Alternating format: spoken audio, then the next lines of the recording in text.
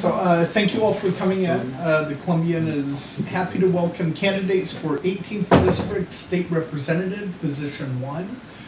Welcome to Lisa Anderson and Brandon Vick and Justin Oberg. That's that correct, right? Yep. Okay, great. Thank you all for coming in. I'm Greg Jane. I'm the editorial page editor here. I believe you met the other board members, and I'd like to introduce reporter Lauren Dake, who will be sitting in, won't be asking questions in this forum, but might want to speak with you afterwards.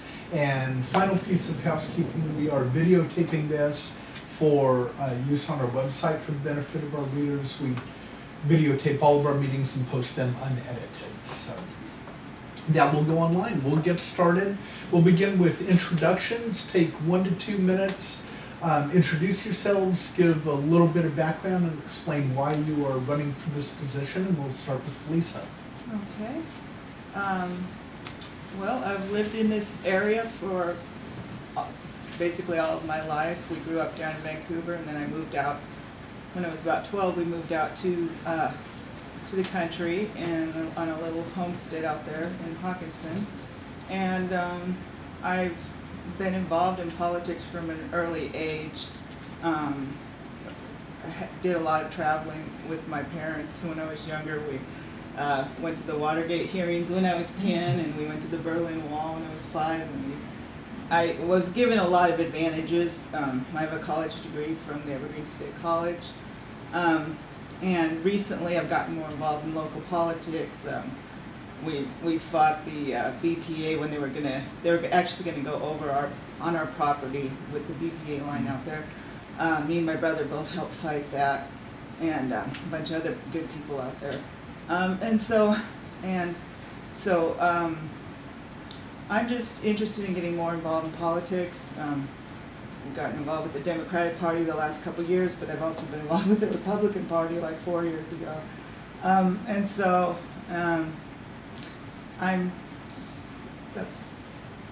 I have to say. Right. Well, thank you, Brandon. Well, I'm Brandon Vick. I think you know that. Served in the House for the last 4 years, or this is my 4th year actually. And I'm running again because I think I'm being effective. I still think I have something to offer, and going back at it. My story is pretty well known, but my family's been in business in this county since 1961. We do landscape construction, and some years it's good to us, and some years it's not because it's construction. But that's how it goes. Really been excited the last 2 years to make what I think is a bigger mark on the state. I serve as the ranking member on our Business and Financial Services Committee. I serve on Finance and Commerce and Gaming. And in those roles, I've been fortunate to be able to have 6 bills signed into law the last 2 years. And I'm proud of those because they all help small businesses in one way, shape, or form. That's my passion. That's why I got involved originally. And those bills span the spectrum, from folks doing craft brewing and craft distilling to our CPAs, to tax policy at the local level. It's just something I'm passionate about and I'm going to continue to work on. I have a wife. I have a 3.5-year-old little girl, and we got a 1.5-year-old little girl that lives with us, and just enjoying life, fighting for them, and happy to be here and attempt to continue that battle. Great, thank you. And Justin? My name is Justin Oberg. I'm running for the state representative in the 18th District, Position 1. And I'm also thankful for those who are watching and listening to a very important discussion on who will be a voice and advocate for the 18th District in Olympia. I think we all know that we're facing some of the most tough issues we've had to face as a state for a long time. We need to fully fund education. We need to build a bridge, and we need to support those in our economy so they can earn a living wage. There are many people struggling and many businesses struggling, and it's not always their fault. A lot of the fault, I feel, comes from our legislature not being able to work together and be able to bring the resources we need in our district. And some of the things that we need in order to be able to accomplish what we want to do is being able to help those in our community. I've lived in their district, in the 18th District, for 15 years. I'm very proud to call it my home. But there are people in my home who are hurting. and that is why I am running to be their state representative. I want to support them. And one of the things we need to do is have greater transparency so people can understand what we are doing in our government. I think that in order for us to be able to bring about real change, we need to be able to work together. I worked in the community with our schools, with healthcare organizations, and I continue to work with businesses every single day, listening to the issues they face and putting together plans to help them succeed. And it's through that rare perspective, I feel that I can bring together people from different backgrounds to be able to come together to implement real solutions. And it is because of that I ask for your support and for the support of those watching so we can bring about real change in our district. Great, thank you all. We'll start with Justin. You mentioned we need to fund education. How do we do that, and will we need to raise taxes? I think we're gonna have to do two things in combination. First thing, we're gonna have to be very efficient with how we spend our money. We don't have a lot of room. We don't have any dollars to waste. However, those who think we can go to our budget, move some numbers around, and we're gonna see $3 billion suddenly appear, I don't feel have a good grasp on the situation. And this answer I hear about we're simply gonna fund education first and find $3 billion worth of cuts later, to me sounds like I kick the can down the road, deal with the problem, not now. Answer. And so I believe there's only one solution that allows us to pay our bills, fulfill our constitutional duty, give our kids the education they deserve, and is not a burden on working families. And that is, we give $30 billion worth of tax breaks to corporations in Washington. And some of those tax breaks are going to have to go away. Not all of them, because many of them are in our economic incentive, but the ones that are not, and especially the ones that have gone to corporations that have not upheld their end of the bargain, those funds will have to be taken away and given to education and funding our McCleary decision. And if we do that, that reduces the levies in our local areas and our local communities. And so under that policy, families will be spending less money and also getting a better education for their children. Have you identified those businesses that are going to get whacked? Well, I'm not happy with Boeing. I think the oil refineries, their tax breaks are not in our economic incentive. And there's also been proven studies that many of the tax breaks we give into high-tech companies have no economic benefit to us whatsoever. So they're on the chopping block, so to speak. We have to make tough decisions, and investing in our future by means of our education is one of those, and I think it's worth it. Thank you. Brandon, education funding? Yeah, so in order to figure out where we go, I think we also recognize where we've been. And in 4 years, it's worth noting that funding education first, prioritizing education is something we've done well. We've added $4.7 billion with a beat to education funding in the last 4 years, and that's impressive. That's done without raising taxes, that's done from within existing revenues. We've benefited from an improving economy, no doubt about it, but we've funded education $3 to 1 of every new dollar spent. Yeah, and yet at this moment the legislature is still being held in. Sure, and we will absolutely address that. But my point in saying that is it's not something we've swept under the rug, it's not something we've pushed to the side. $4.7 billion over 4 years is a big, big thing. And I think the legislature, Republicans and Democrats, should be lauded for that. We are going to have some more to do, and we're currently studying what that final number is. We've hired firms, and we're trying to determine what of the local levies is basic education and what is above and beyond. You know, what Camas is paying in the levy probably has more above and beyond than, say, what Battleground's paying in the levy. So we're trying to figure out what that number is. We're thinking it's $2.7 billion. It could be as high as 3.5. We'll see what the studies come back at. The point of me talking about what we've done to date was to say we've actually given ourselves a pretty manageable situation to deal with, I believe. And the situation, I think, is quite simple. Education's being paid for today. It's being paid for at a high enough level, at a high enough per pupil level. It's just not being paid by the right source, which is the state. The state is supposed to fund basic education. It's being paid by the locals. And so that solution is a levy swap. And I know that that's not news to this group, that program. but it's what we're going to need to do. And what that does is it says the state is going to take on a bigger portion of the levy for general education, for basic education. And I think that's a good thing. Right now, if you're in Seattle, you're paying $1 per thousand. And if you're in Battleground, you're paying $4 and some change per thousand of value on your house. That is a big discrepancy that we have to narrow down. When we do that, it is technically going to be a tax increase. The levy that the state levies is going to go up. But it's the best tax increase I've heard of because my taxpayers are going to pay way less. A levy is going to be maybe $2, $2.25 on a Camas, on a Battleground, on a Vancouver that's paying, $3.50, $3.75.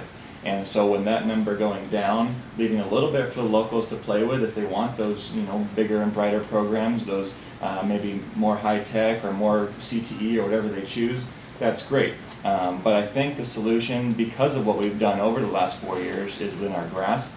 I think we attain it in 2017, not 2018. And I believe it can be done without a new tax stream. So just through the levy But to swap. be completely honest, there would be a technical tax increase with the levy swap. Again, I'm happy Clark County is going to pay less taxes at the end of the day, but I don't want to lie and say it's not going to be a tax increase at the state level. And you think that would be enough to cover? Again, we got to see what the numbers come back at, but I Absolutely. absolutely do think if it's around the $3 billion mark, I think it's something we can do. There's still going to be plenty of wrangling or what that final number is, but I think it absolutely covers it because the taxes are being paid today. Right, now, but you say that the legislature has not swept this under the rug. But, so shouldn't they have had these numbers 4 years ago? Why was it that this last session, they decided to have a task force and decide how much they need to owe when the court decision was 4 years ago? I think that the biggest challenge there was that we originally started on the same page as the superintendent of public schools, and that number overall was $5 billion total was what it was going to take. Randy Dorn has taken that number to somewhere around 12 billion, and I think we stayed pretty close at around the 5 or 6 is what we're going to need. So the two authorities on the issue have started giving different numbers, and so I think it was important for us to get something on paper in plain sight. You're right, it probably should have been done 2 years before, 4 years before, but we're going to have it before we go into session next year, and I think that's going to make the job that much easier. Thank you. And Lisa, what should we do about school funding? Well, I think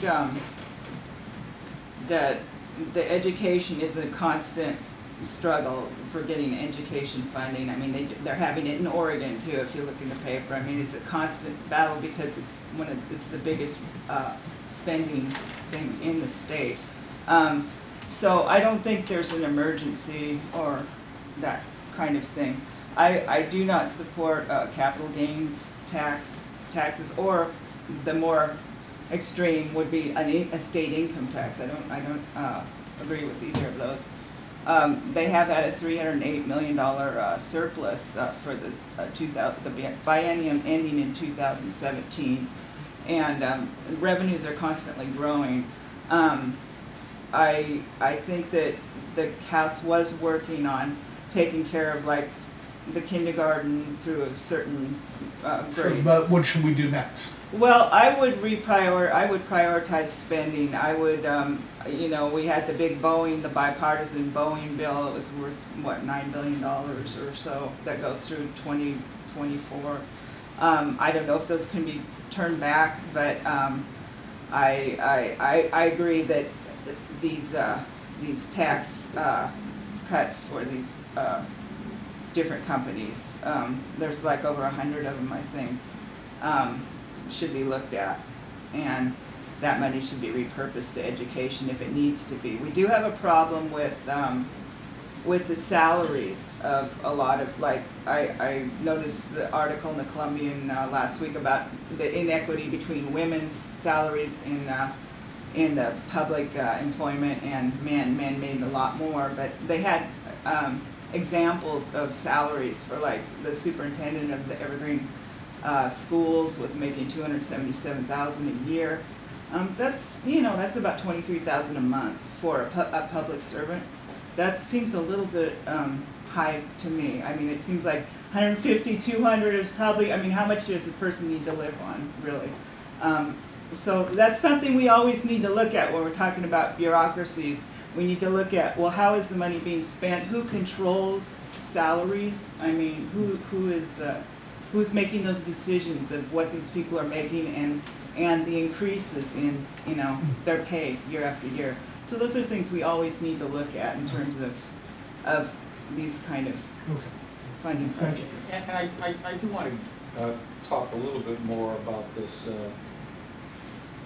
the incentives that the state pays to various businesses, tax breaks.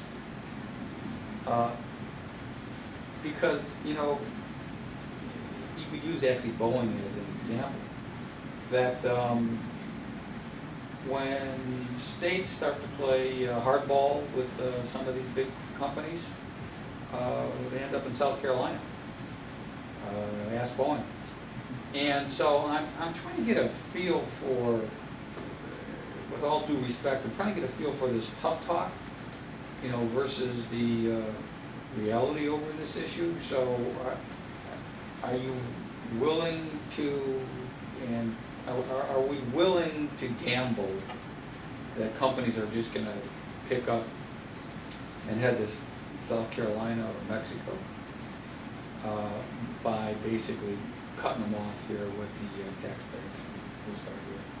Well, the first ones we're going to start with are the ones who are not already living up to the end of the bargain that they agreed to at the beginning.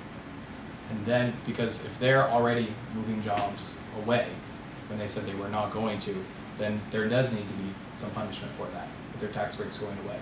And then moving into the ones where we don't receive an economic benefit from providing those tax breaks. It is going to be a hard decision. It is going to be tough, and there is going to be some trade-offs. But this is a constitutional mandate that we have to support. Right, but you get that Boeing moved away some jobs, but they got a lot of jobs here still.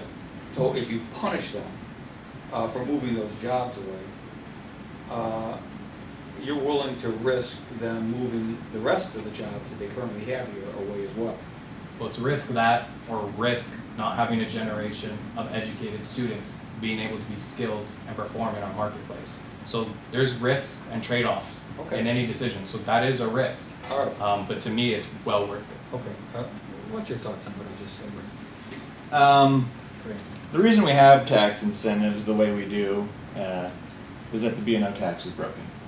A 1.5% B&O tax on a manufacturer is probably similar to a 15% tax on profits if you were to do a model that way.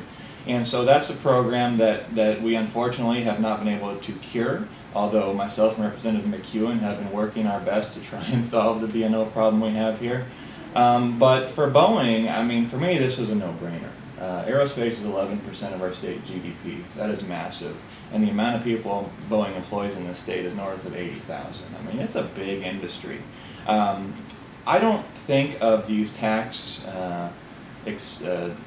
preferences as expenses. I just don't. I see them as investments. $8.7 billion was the value of the Boeing tax preference. But what was it really? Well, first we extended the current tax rate from 2024 to 2040.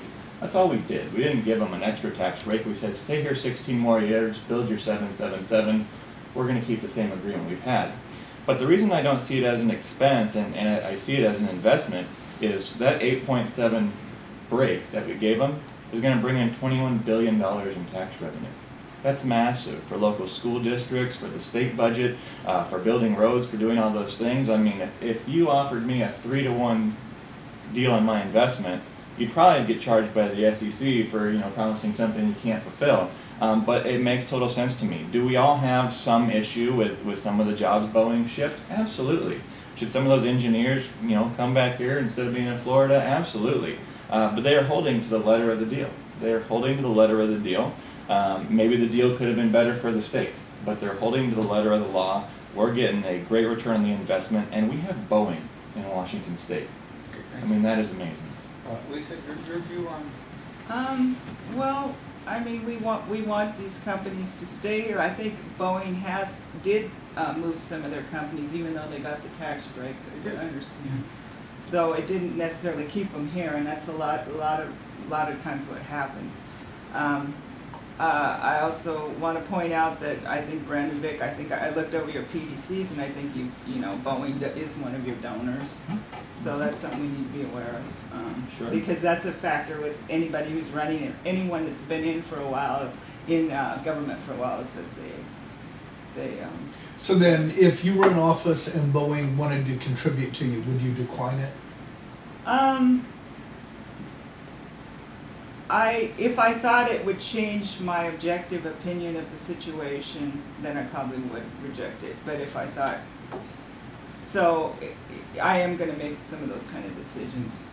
There's people I probably won't take money from, like Monsanto, or because I'm against genetically modified foods, things like that. So there's companies I wouldn't take money from.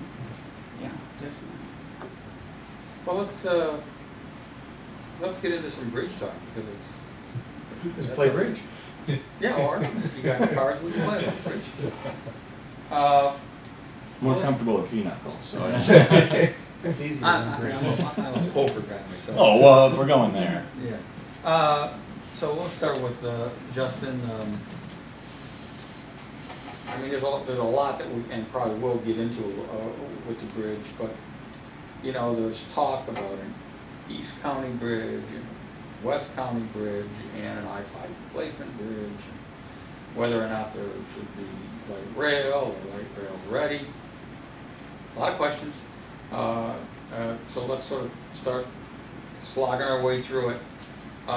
What's the first thing we need to do relative to bridge construction over the Columbia River? Is it replacing the I-5 bridge, or is it building an East County bridge or a West County bridge? Well, in my opinion, I think we should stay with the corridor we already have, and the bridge we already have. And before we do anything else, we're gonna have to repair the relationships we've broken on the other side of the river. So in my mind, that looks like new faces, new visions, and being able to work on what can we save from our previous endeavors and be able to apply those to a new bridge crossing. Whether or not new bridges in other areas will be necessary in the future, they probably will. But I think we need to first stick on where we have the current problem, and that's congestion on the I-5 corridor, and replacing that bridge. Okay, and light rail, should it be included with replacing the I-5 bridge, or should it be light rail ready, or should we just forget about light rail? Those are the three options. I am not completely on board with light rail simply because I am not completely happy with Portland's light rail. I don't think it provides enough incentive for people to actually get out of their cars and be using it effectively. So the bridge needs to be light rail ready though, because those situations can change in the future, and it's in our economic benefit to make the bridge future proof. So I do believe the bridge needs to be light rail capable, but I'm not ready to institute light rail just yet. Okay. I've actually got a pretty similar answer. I think when it comes to I-5 traffic, it's gotten exponentially worse in the last couple of years. And unfortunately, by losing the two container shipping ports in the Port of Portland, the number of semis on the road have gone through the roof, and it's really boggled everything up. I would agree that I-5 is where we start. But to say it's as simple as Washington and Oregon talking, I think is far from right. I think this is going to be a solution that has to have the feds involved, and it has to have the feds involved with real money, not light rail money. It has to pour concrete, it has to fix interchanges, it might have to gather some more property around the Rose Quarter to expand that out to more lanes. This is a project that's going to take more than just a cent in gas tax or something like that from each state. It's a big project, and the reason I think the feds should be interested is that this is I-5. I mean, this connects Canada, the U.S., and Mexico, and it's the only place on I-5 where you stop. The bridge goes up, the bridge goes down, you stop. Again, this is an issue that, although they came in with $800 million or so last time for light rail, I think it's even bigger than that. You could put a 20-lane bridge out there tomorrow, it's not going to improve traffic if you don't get the corridor taken care of. I think that our voters are not ready for light rail, and I am happy to continue with that message, but you only build a bridge once. And so why not have that lane in there that's empty, that you can use for bikes or walking or whatever you want to use it for today? And if the sentiment of the voters change, you can put those tracks down then. But the voters aren't ready for it, and that's who I represent, and so that's where I'll be. As for other bridges, we're going to need them. We're going to be 500,000 person county soon. I mean, that's a big number. And I don't know where they go, and I don't know what roads they connect to, and that's why we have traffic engineers. But all those options have to stay on the table, but it's a long-range picture. I mean, these things are expensive. They're only getting more expensive, and we're not going to be able to fund them with something like a gas tax anymore. So we're going to have to look at other sources, whether it's capital budget, whether it's just dedicating some portion of our funds from the general fund. There's going to be a lot bigger discussion, but again, Washington and Oregon definitely have to talk more and talk better, but it's going to be more than just us to get this thing done. And I need to finish one more question. I didn't raise it, but since Brandon, you're talking about, what do you think about tolls on the bridge to help pay for it? I think tolls on a bridge are more for a luxury item. I think this is a necessity. I think this is interstate commerce. I think it is inter-country commerce. So I don't think this is an appropriate project for a toll. So you think you can get it done without tolls? I think we have to, and that's why another reason I think the feds are going to have to play a bigger part. And Justin, tolls? I don't think we should have tolls, but we also have to be realistic, so keeping tolls as last resort, and finding ways that we can fund this bridge first is the way I would go. Okay, but if tolls need to be have That's what it needs to take to actually get a bridge, but it should be last All resort. right, a lot of questions over there on the bridge. Yeah. I'm sure you got them all in your head. Well, yeah, I mean, I agree with most of what the two gentlemen said, so, but yeah, I think the feds need to get involved, and I think, the design was really bad, of course, everyone knows that. It was a low bridge. I think it would have to be a higher bridge somehow. I don't know how they would do that here, but bridge, it'd be nice if it wasn't a drawbridge, so it didn't stop the whole traffic. So if there was a way they could make a taller bridge there, it would be really nice. So it does need to have some high capacity transit of some sort, but Clark County was against light rail, and I think it'd be nice if it was, built so that it could have that in the future, but, so, and tolls, it's not a great deal. The federal money would be good, mostly federal money, and then some state money, so. If it's a toll, it should be a low amount, not like a super high amount, I think. And while we're talking about money and finances, Oregon this year has adopted a new minimum wage policy. It's going up, and the minimum wage is going to be higher in urban areas. How should Washington approach minimum wage issues? And we'll start with Brandon. Well, the voters are going to have a chance to weigh in this year, more than likely, right? There's going to be a ballot initiative for, I think, $13.50. That'll be flat across the state. I don't support that initiative, but we are going to hear from the voters. So that's going to be the first step, is to see what people are thinking. I, for the life of me, can't figure out why Oregon did what they did. I mean, it seems like an almost a permanent class system they're developing over there. And I understand it's more expensive to live in Portland than, Eastern Oregon, and all that's fine. But to have one set of rules for part of your population and another for the other doesn't make much sense at all to me. I actually just had an opportunity to speak at a convention for the Refuse and Recycling Association, and this similar question came up. And while I personally believe that wages should be negotiated between the employer and the employee based on your skill set and your value, what employers want is consistency.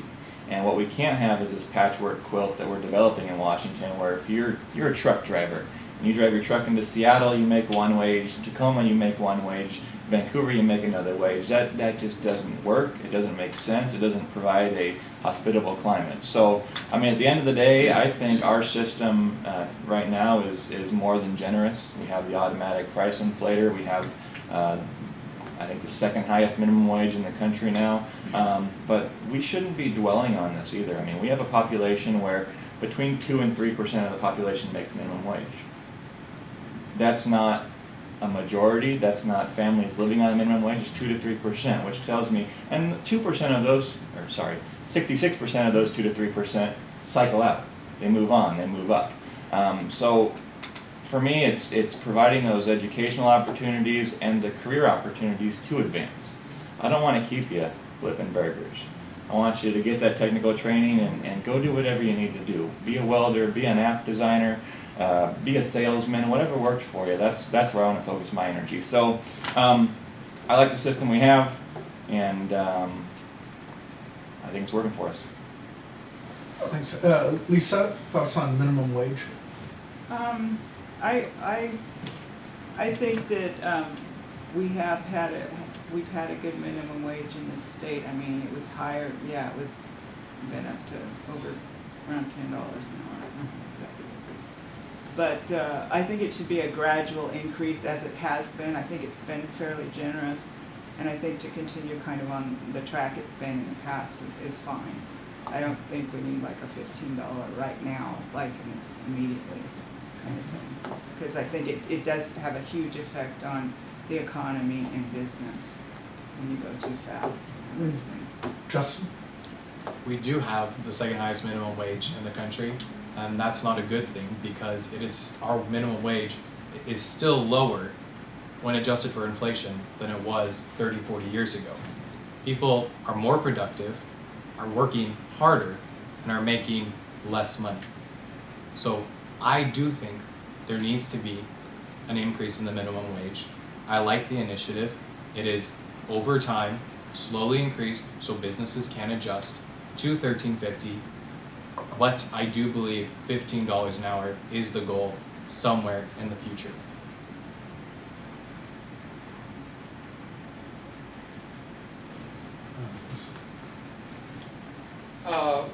We just had, this is a little out of your wheelhouse, but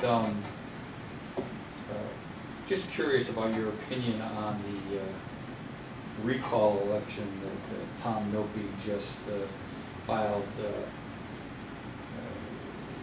County government is a big player here, even though obviously you're not running for a county government position. Your thoughts on Tom Milkey filing recall petitions against 3 other county councilors and stuff? I do not understand why we're wasting our taxpayers' money and our time in dealing with issues such as a recall. I feel like we need counselors that are willing to do their job, do it well, and if they don't, then they do need to be replaced through our election cycle. But I am definitely against for whatever is happening currently with recalling counselors, and I think it's a waste of time. Brandon? Yeah, I don't understand how we've gotten to this point. I mean, I really don't. I'm not an expert in recall law and how that works, but I would think if it were something I were interested in, I'd want to have a set of facts that were easily provable, that showed malfeasance, that a judge could look at and say, you know what, the voters should have a say on this. I've read as much as I could of the recall statement or petition there, and yeah, it just didn't make sense to me. If you have a grievance, prove it, and if it's provable, take it to the voters. But I'm not seeing that there. I think the problem we're facing isn't even ideology so much. I mean, there's 4 Republicans and a former Republican, right? I mean, most of the issues should be fairly close, but it's these Facebook tactics, it's these personal, punches that are really making this thing devolve, and it's too bad. But no, I don't see any credence for the recall petition myself. Well, you saw the don't do stupid stuff mugs are part of the issue. Well, Hey, I guess it happens. yeah. Lisa, no comment?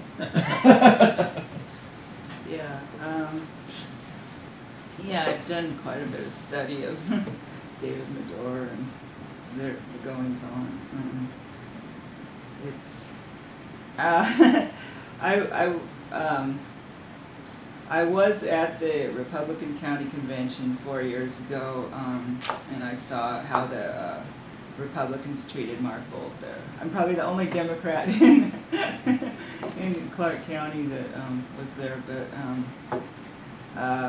he wasn't allowed to speak, even though he was running for county commissioner, and he was sort of ostracized and sort of walking around the edges of everything. And and that was when David Medore was running, and a lot of other people were running for the first time, including Brandon Vick, who was the county chair at the time, when those decisions were being made. So it was, to not allow Bolt to talk and stuff. And we might ask Brandon if he was involved in those decisions and things at that time. So what do you think of the recall? The recall, I think it's more funny business from the crew there. I don't agree with it. I don't, All right, let me ask you one other, and we'll let Greg do all the real questions. I do. No, that's, I ask these weird ones because. okay. you have the insightful questions. Oh, thank you. What about the proposed 117% pay increase for Mayor Levin? What do you think of that? I think Vancouver is ready for a full-time mayor, but to increase the pay without increasing any kind of duties or responsibilities, I'm definitely against that. I do think that we need to have a mayor that has a full-time role, and if we need to pay accordingly, that's fine. But first, add more responsibilities and duties to his plate before we compensate him even more so. I mean, you're aware, of course, that we're in what is called a weak mayor system where the city manager really does all the heavy lifting, Yes. and the mayor cuts ribbons and goes to lunch and stuff. So when you say add more duties, would that be like more ribbon cutting? No, I think the job of a mayor, along with representing our city, is also to be a representative to the other cities throughout Clark County. So if he was served a role as building more relationships, working with other mayors in other cities to bring a more cohesive county, those are ideas I've heard from other people to give the mayor's role that I think would be fair. If you want to raise their compensation, they need to be serving more of those type of duties as opposed to just ribbon cutting and ceremonial positions. Those do not justify a pay increase. Grant? Yeah, I mean, I'm sure there was a number that would have made sense, keeping up with inflation, something like that, but a $60,000 salary, that's not the right answer. We all run for this job knowing what it pays, and what we probably underestimate is how much time it's going to take. I can attest to that firsthand, but it's not a surprise. There's going to be a point in time where, for me, it doesn't make sense to run again. I'm going to miss, softball practices or basketball games, and at that point, it's not going to be worth it, period, to miss your kid growing up or to miss a, career opportunity or something like that. But I know what I signed up for, and, it's the same true with the mayor. It is a weak mayor system. I believe fully that he is spending probably more time in official duties than at his real job. But you ran with a salary you knew you were going to get. It should be pretty dang close to that. Okay, thank you. Lisa, your view? Yeah, I know that the Vancouver City Council has raised a lot of taxes for their, for their transportation issues and stuff, and so I don't agree with 117% raise for Team 11 or the rest of them. I think when you get into politics, you're hopefully doing it to be a servant, a public servant, and not to get rich from your part-time city council or part-time state legislature job or whatever. You're doing it, So it's too much money, and I don't know what the right amount would be, or if any raise is right for them. I think keep them where they're at. And I want to go back just for a second. Lisa, you said you're a Democrat, but you're running as an independent. An independent Democrat. Oh, okay. Yeah. Yeah, I didn't clarify that in the beginning. Okay. yeah. Let's move on. I'm curious, what are your thoughts on Initiative 732 regarding carbon emissions? How are you going to vote on that, and how should the legislature approach climate change? Lisa? Okay, well, that's those difficult questions. I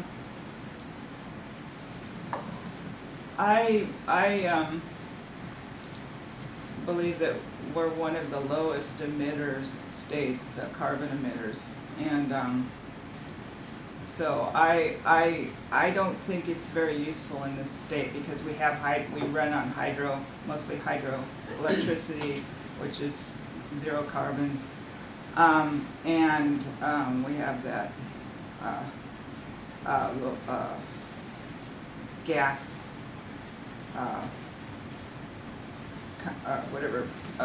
energy plant down here. Yes, natural gas, which is, I guess, lower on the carbon.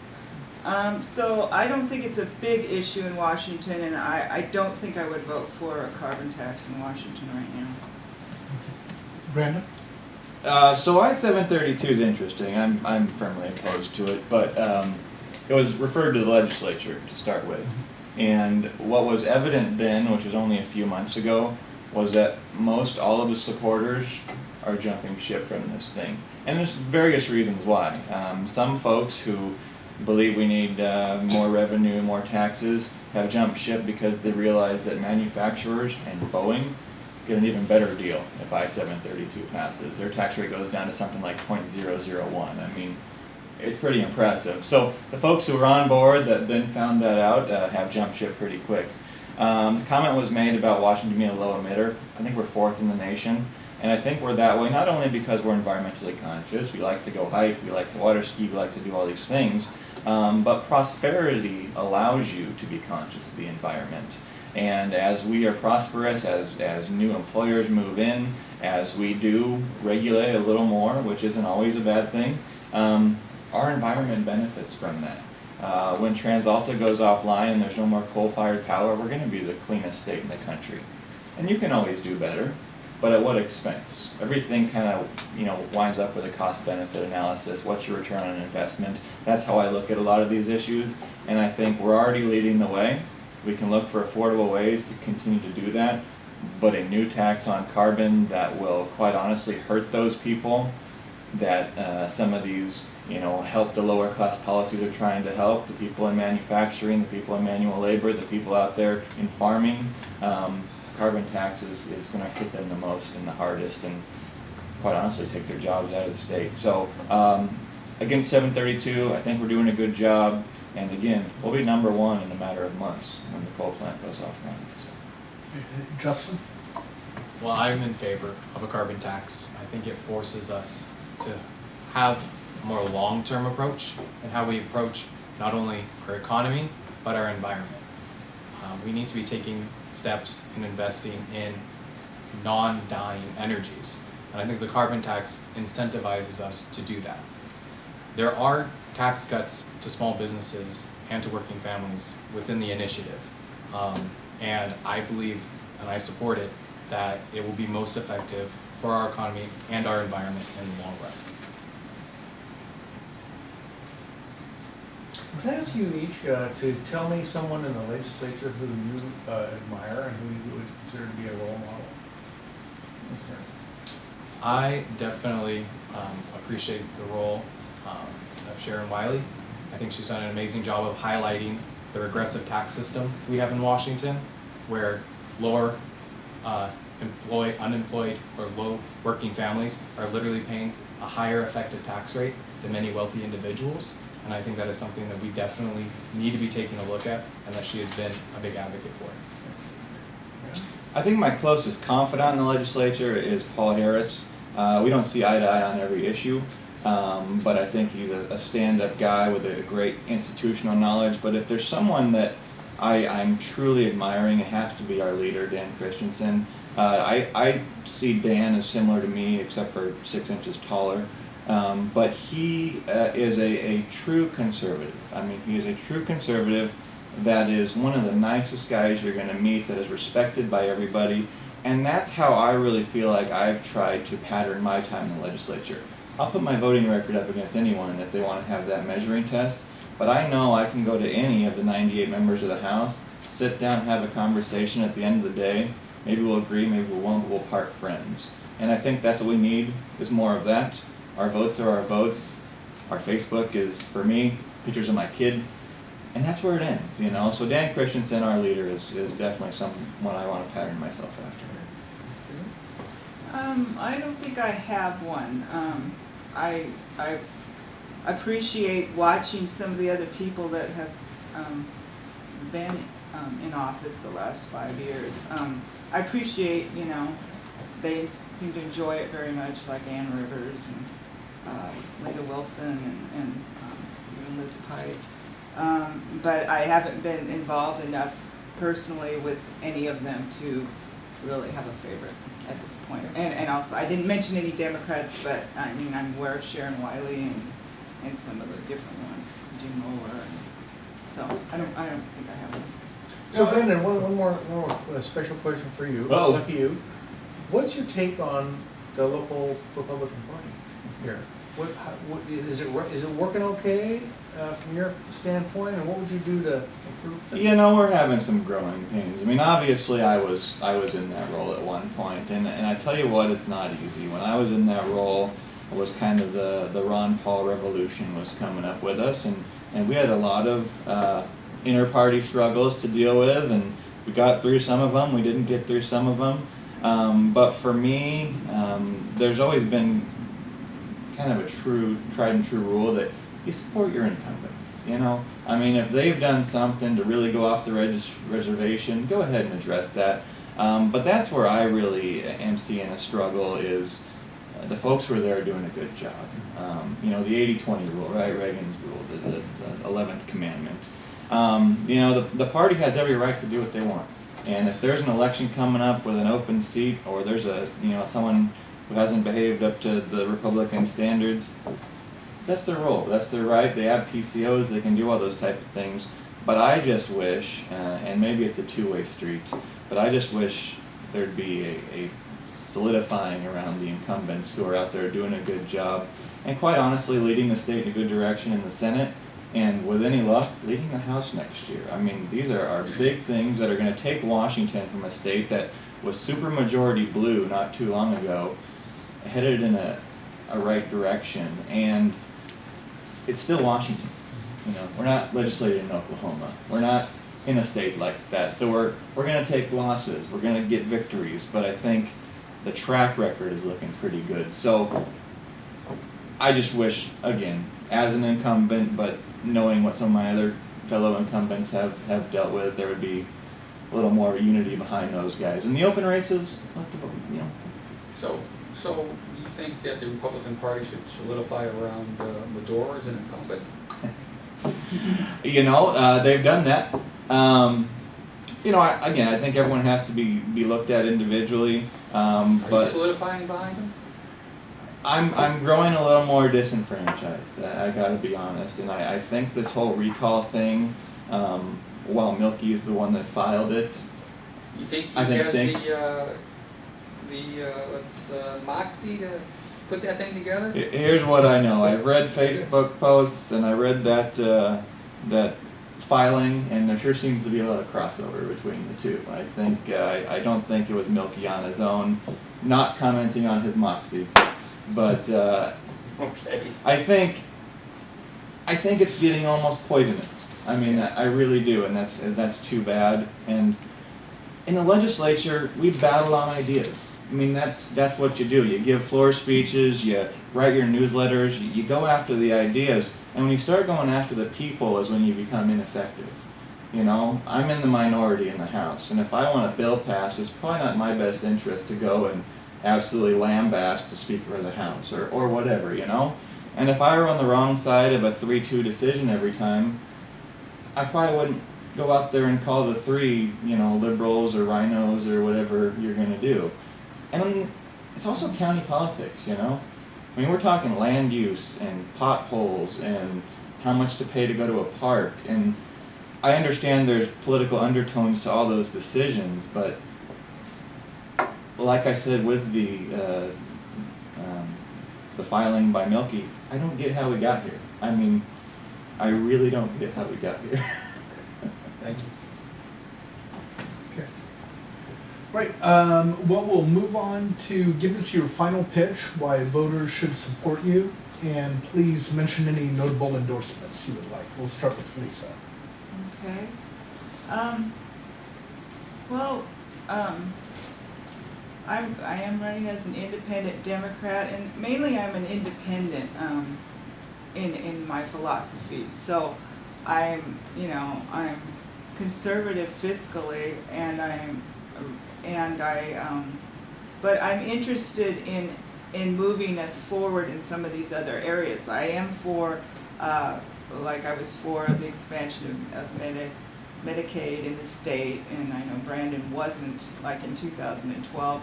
I was for the recreational marijuana law. Brandon was against that. I'm for moving us forward in some environmental areas and things that maybe the Republicans do a lot less of, but I'm going to keep to the low tax thing. So I feel like I'm a good sort of a new step for the 18th into a different kind of idea about where we need to go. One thing I didn't talk about, but it's one of the reasons I got into this, is I'm concerned about the casino water reclamation part of their project. I'm very concerned about that. I think that's the biggest threat to our environment since the BPA wanting to put the lines over our property out there. And a lot of people aren't talking about it. A lot of liberals are they're more interested in the oil trains and those kind of issues. So they're maybe not as worried about property rights and the well water and the people that are going to be really faced with that issue. And that's something I didn't talk about, but I was concerned about Brandon's taking money from those center card rooms, from the Palace card room, and from John, I think his name's John Bachmeyer, the PR guy for the center card rooms out there. And I'm really wondering, I'd like to ask Brandon, what the role of the state reps has been out there. They're all Republicans. What it has been in terms of what has been their view of this project, the casino project, especially the water situation and the potential opportunity of getting them still, in my mind, hooked up to the La Center sewer treatment plant. I think that's very important, and I don't think we should ignore it because it's going to be facing us next year. Brandon, real quick, what's your view? Well, you want to know my relationship with the tribe? Dave Barnett called and personally threatened me a week ago, so not exactly hand in hand there. The tribe is doing what they're doing, and I wish we had more control on it. I've been able to vote on the compact, and that's really where our interaction ends. Ann Rivers and I did a letter to the EPA recently asking them to come explain to us and our constituents out there why they permitted this thing, what's going to happen. We're still waiting for a response on that. But, meaning the wastewater? Yeah, okay. the direct injection system. But I would think it's safe to say that you could ask the tribes too. Brandon Vick's probably not their number one person they're supporting out there. And actually, I think that's evident by the support I've had from the card rooms. I mean, I think that kind of proves the point. But it's a tough situation, and it's especially tough when it's sitting in the middle of your district, and what you can do is almost nothing. I mean, the governor signs the compact, and the EPA and the Bureau of Indian Affairs are taking care of the casino and the land, and this thing still has 2 layers of court to go through. I mean, it could wind up in the Supreme Court. But 5th biggest casino in the country, located in La Center, Washington, I've had my concerns with that. And real quick, Lisa, I'm sorry, did you have any endorsements you want to mention? No, I don't have any endorsements. Okay, yet. thank you. Brandon, give us your final pitch and mention any endorsements. I'd like to think I'm a pretty bright guy, but this job isn't rocket science. You go and you do what your voters ask you to do. When they tell you something, you listen. When they tell you not to do something, you listen. And that's how you get elected, and that's how you go and represent your people well.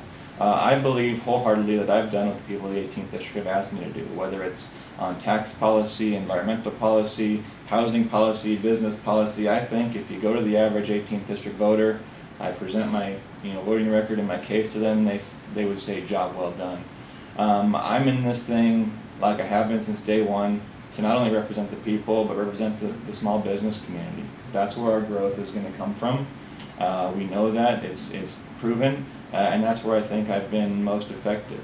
It's also a relationship game, and if you have those relationships, you can be more effective as a legislator.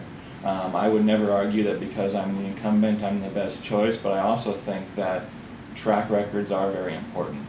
And I've yet to run across the opposition to my votes, and from a majority of the constituents. I'm happy to continue doing that. I'm lucky. I can do this job. I've got an understanding wife. I've got parents who watch my kids. We send them to preschool as well. But this isn't something that everyone can do or dedicate their time and talents to fully. I think I've been able to do that. And I think it shows. I mentioned the bills passed. Again, I'm the only legislator down here who hasn't missed a vote in 4 years. I mean, these are things that I take pride in. I mean, I take pride in the fact that I'm trusted to be on the ethics board, because I think I'm squeaky clean, and I think I am too. It's just a whole culmination of events that have led to today. And I think over those 4 years I've grown too. I made mistakes my first year, my second year. I probably made mistakes this year. But it's just a process I've been honored to do, and I know who my boss is. And it's not me, and it's not the party officials, it's the voters who tell me what to do. Thank you. Endorsements? Oh, I'm sorry. Take your pick, and that wasn't meant to sound conceited, but law enforcement, business groups. I'm going to be legislator of the year for the retailers. Anyone in the caucus, I'm sure would lend their name. Builders, realtors. I mean, it's all on the website too. All right. Thank you. Justin. I appreciate the opportunity for being able to share our thoughts on the issues. I think we can all agree that we have some really major issues we're facing as a district and as a state. And looking at the record, the past several years of the policies that have been in place, we have not met the need of these major issues. And so I think we as a district need to take a hard look and see if we support the same failed politics that we have been doing, will we see a real change in policy? We need to make investments. We need to make a change in our district. We need to make investments in our education, fully funding education, giving our students the skills they'll need in order to find a good job and be a good member of society. Investing in our infrastructure, safe, reliable transportation in our district, and that requires a new bridge. And investing in our economy. We do need to be supporting workers, supporting small businesses. They are the backbone of our economy, and they are where we get living family wages from. So I, through my experience, have been able to work in a variety of fields. I believe that we need to bring people together in order to finally make the solutions for these issues we've been facing for several years. And I do have a plan, and I do have knowledge on the issues, and so all I need now is the opportunity to put that plan into action. And that's why I ask for your endorsement, and that's why I ask for everyone's support. Thank you. Thank you. Great. And I'm sorry, and endorsements? Endorsed by the Labor Council, the Young Democrats of Clark County, and the Democratic Women of Clark County. Great, well, thank you, all three of you. Thank you. Thank you. Thank you. Very much.